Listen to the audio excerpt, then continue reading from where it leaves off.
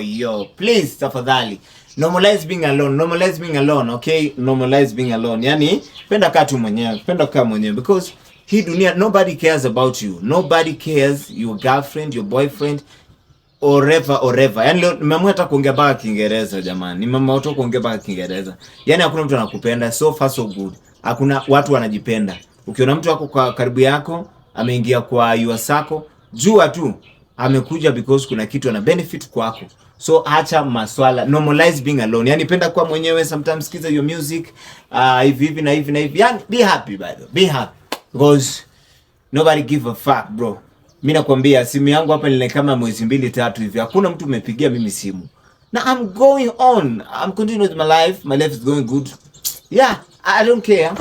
Maybe I don't care. But let me tell you, learn to be alone. Learn to be alone. At all costs, learn to be alone. Yani usirush into relationship. Kwa sababu saizi kuna weather mbaya, inaweza kudanganya uoe, si ndio?